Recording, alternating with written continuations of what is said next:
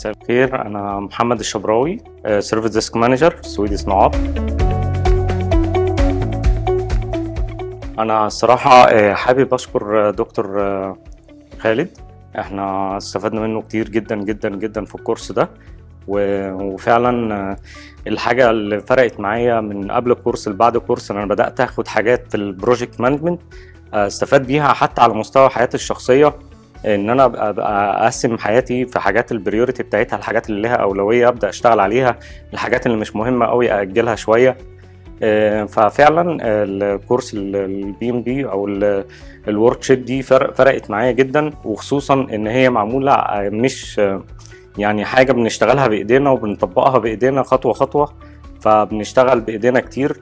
وفعلا الكورس فعلا ممتاز، وبشكر دكتور خالد جدا على المجهود الكبير اللي هو بذله معانا.